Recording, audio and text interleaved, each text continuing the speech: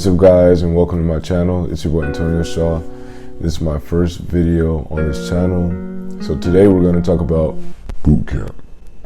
So I graduated January 10th, which is about like a month ago. And that means I was in boot camp over all the holidays except Halloween. We'll talk about how that was in a minute. But as you can see, I have the Navy shirt with my division number on the back. Division 906, of course. But yeah, you ordered this shirt about 2 to 3 weeks before graduation. But all right, let's get into it. So my RDCs were, since I can't name names, a machinist mate chief, MMC, an AME1, and an AE1. That's my first, second, and third RDCs in that order. But yeah, they were really cool too. So how was my experience? Well, to be honest, it wasn't really that bad. To put it simply, it's the funniest place you can't laugh at. That's just how I was. That's just how my mentality was, you know. Because I'm just a goofy person, so. Now, I know y'all have this image of boot camp in your mind where you're like, the RDCs will be yelling at you or beating or ITing you all the time. And when the true story is like, I mean, yeah, they will, but in all honesty, it's not that bad. It's more of a mental thing, and at the end of the day, they just want to see who can crack under pressure. Like, that's really all they want to see. But yeah, they eventually let up on you towards the middle or end of boot camp. One of our RDCs even said the reason why they yell at us is just because it's funny to see recruits freeze up and act like, oh, it's all the end of the world, when it's really not. It's just to make sure that you get the message and to make sure that the person next to you or the person listening across the room or across the hallway or something, make sure that they don't do the same or make the same mistake that you make. And now that I'm on the other side of that, like from the outside looking in, it is kind of funny, you know. But yeah, starting from the beginning of P-Days, when you first get there from the airport, yeah, you're just tired from just being up all day earlier that day from like 4 in the morning when you were at MEPS and all that. And I got to Great Lakes at about 12 a.m. because I had a late flight. And we were just up all night doing, you know, regular P-Day stuff. It's like getting head shaved, clothes, you get your sea bag, the whole 9 yards. But fast forward from that, later on during P-Days, you do a swim test where they gauge your ability to like survive in a situation out at sea. And please, just please, if you're going into the Navy that has ships which sail on water in the ocean, please at least have some sort of ability to swim or to stay afloat or something. Because you can't graduate without that qualification. You will keep trying until you pass. We had some people keep trying until the end, basically, well, yeah, the end of boot camp. Basically, almost the last week of boot camp, people were still going back and retrying for that qualification. Some people who don't pass, they get ASMO. And ASMO is basically like getting held back. You know, held back a couple weeks, maybe 2 weeks. Some people 1 week. Some people 4, 5, 6 weeks. It just depends on the situation, the person, and everything. But yeah, just don't be that guy. Anyways, after that, we left the P-Day barracks. We marched all the way down to Ship 2 with the USS Reuben James, where all the 900 divisions are. And that march felt like the longest march ever because we had our sea bags and everything else we accumulated while in P-Days all on our backs, like going all the way from one side of the base to the other. But luckily for me, I was A-Rock at the time, so I don't even know I was complaining. But yeah, RPOC and A-Rock, they don't carry anything in the formation. If they're getting in a formation and we have something in our hands or something, RPOC and A-Rock, as well as the 4 row guards, they don't carry anything because, I don't know, they just don't. So that meant that the 4 row guards plus RPOC and A-Rock had to have their seat bags carried by somebody else. That meant that 6 people had to carry 2 seat bags on their person as they were marching all the way down from P days to ship 2. Imagine that. Oh yeah, and on that note, try to volunteer for different jobs while in boot camp, like in the beginning of boot camp and throughout boot camp, because those are great ways to get your RDCs to notice you and to possibly like meritoriously promote you up a pay grade. So that's a good thing. RPOC is a recruit chief petty officer. He's the first in the recruit chain of command.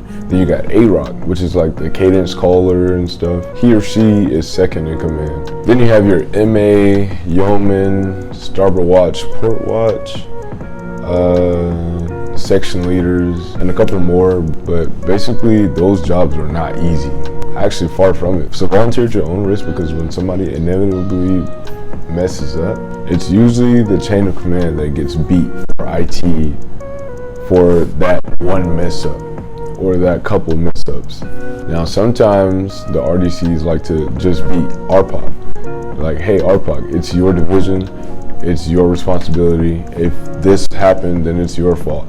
That's basically, I guess they're really trying to train you for the fleet, because you are technically under the responsibility of somebody else higher than you, or let's say your chief or something like that. Now sometimes if it's a big enough mistake, or if it involves a lot of people within the division, then the whole division can get beat. And we've had that happen a couple times too. Oh, actually our second week we had that happen. It was crazy. But yeah, fast forward, we move in and all that good stuff. And when we moved in, I vowed to make a journal and write in it at least like 1 or 2 times a week, or at least a couple times a week. And I actually have it right here. So it's the exact same one you get issued today. It's this right here. Right there. I mean, I tried to write in it at least a couple times a week, but towards the end, we got super busy, so I kind of forgot about it. But I actually started writing in it during P days, so here's a couple snippets of it. So it actually says boot camp, my experience. You see? Okay, so this one is day P2 in P days. This is the second day of P days. And it was saying, today we had to wake up early for more P day stuff, since Saturday and Sunday weren't officially considered training days. But anyways, we woke up today to go to medical to get our blood drawn, and goddamn, those corpsmen kept adjusting my needle inside of my arm, and that stuff still hurts right now. And by the way, we got in big trouble today with the RDC screaming at us for talking in the galley. Oh, and by the way, you can't talk in the galley. Don't talk in the galley. I mean, just don't get caught talking in the galley. I don't know why. I don't know. I mean, I did ask.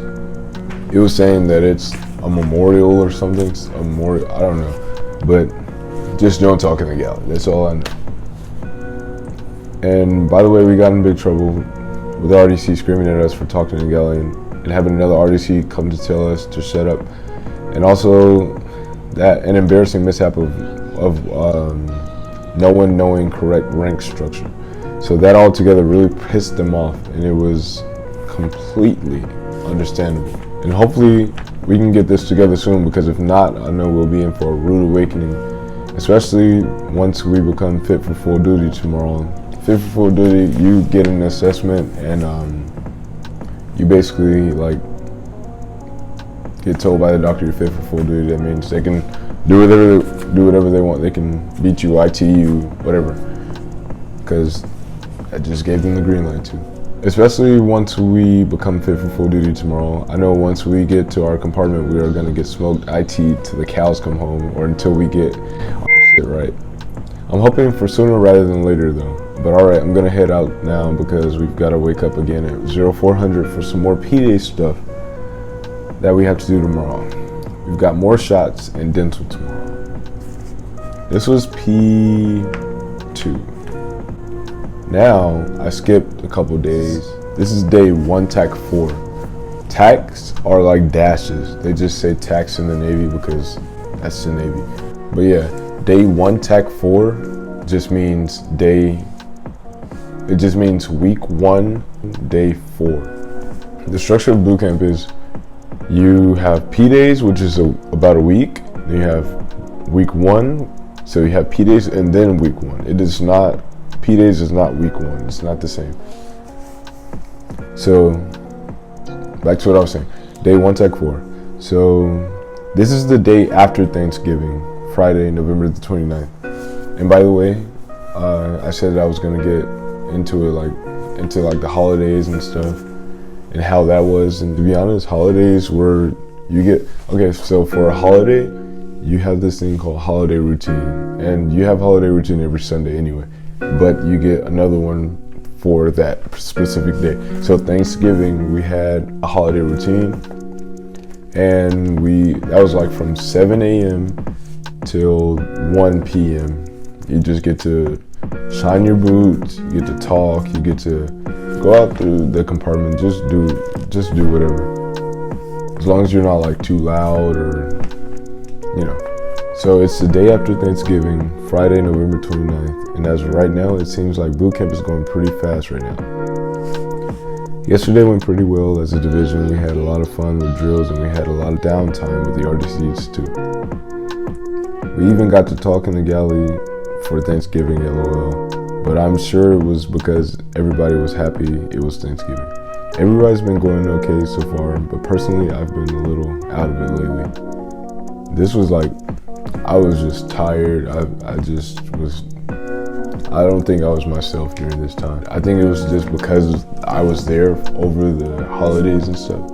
It made me feel, away, being away from your family, especially for the first time during the holiday.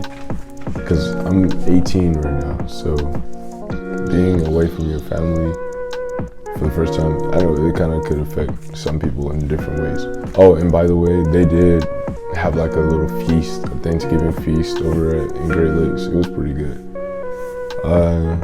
By the way, Great Lakes food in general is pretty good. A lot of people say that. Pretty sure if you've been on Reddit or watched YouTube videos, you'll hear that Great Lakes food is pretty good. It is pretty good at times. They can have their good days, they can always have their bad days. So take that as you will. Here's another one from day 3, Tech 2, which is week 3, day 2. Alright, this one was in the morning. I don't even remember why, but morning, I finally got called to do this M9 training class demonstration. And we did the demonstration with a pistol and a clearing barrel and showing safety, loading and unloading the magazine and whatnot, essentially the basics. But next week we have the SAM-T with the laser gun, and afterwards we get to do live fire. So that's pretty cool, I guess. Another fast forward, and it's now the afternoon. We were at classifications right now in the same building as the Pearl, my security interview on the way.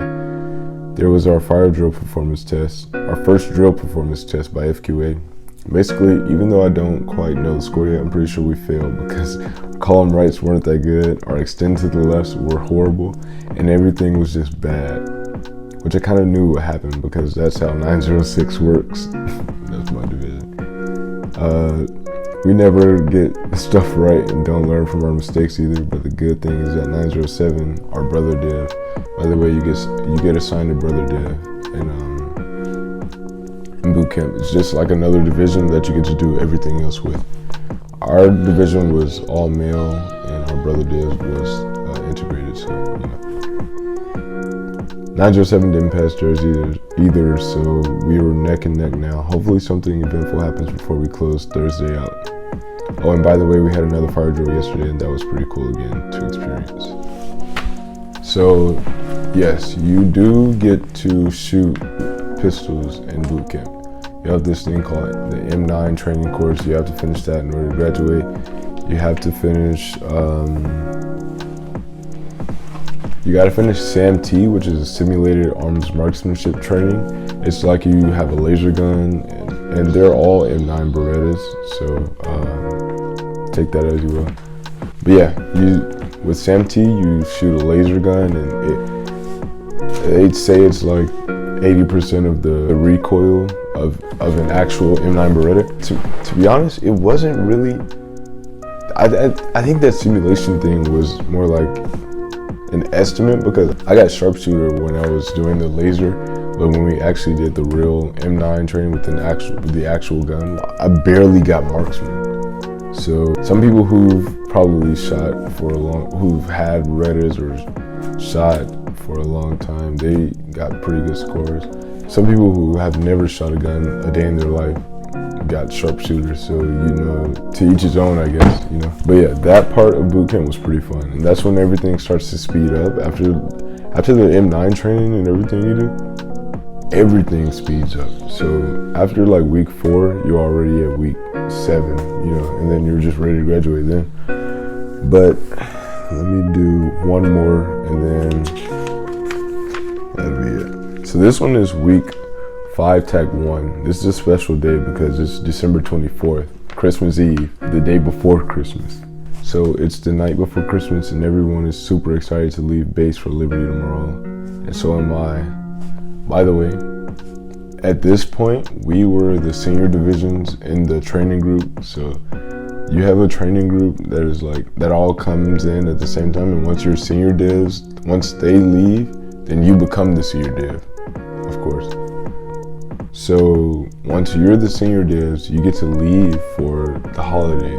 Whichever holiday falls, when you're the senior division, you get to leave the base for it. This thing that we did was called Adopt a Sailor, and they allow you to leave with your parents and stuff as long as they sign up before the deadline, which is like 3 weeks into boot camp. But if you don't end up going with your parents, you can always go with all these organizations that volunteer to take recruits out and let them have fun. We got to play on our phones. We got to get on computers, laptops, and everything. Not our phones specifically, but the volunteers gave us their phones to, get on Instagram, Snapchat, Facebook, whatever you get on. That day was really, really cool. But let me finish doing this. But first I have to fill in on what's happened so far since I last checked in. So we've had some of the busiest last weeks so far. We went to SAMT, Simulated Arms Training, and I got a sharpshooter score. Again, I already said it. And then we went to live fire, and I barely made marksman. Again, I said that. But it's okay though. We've just been doing so much that it's crazy. It's even crazier to know that we graduate in 2 weeks. I'm looking so forward to the new beginnings in my life.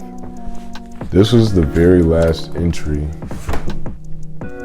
and that was Christmas Eve. So yeah, that whole day and that whole experience was pretty cool, especially being able to leave the base after being there for weeks and weeks and weeks. But we had Liberty from 07 till 2100, so that was like 9 p.m. Yeah, we had 2 more weeks until we graduated. Everybody was just so happy, so pumped for everything, and I was too. We were just ready for it to be over, to be honest. But yeah, fast forward, after that, we had firefighting. I think it was that next week.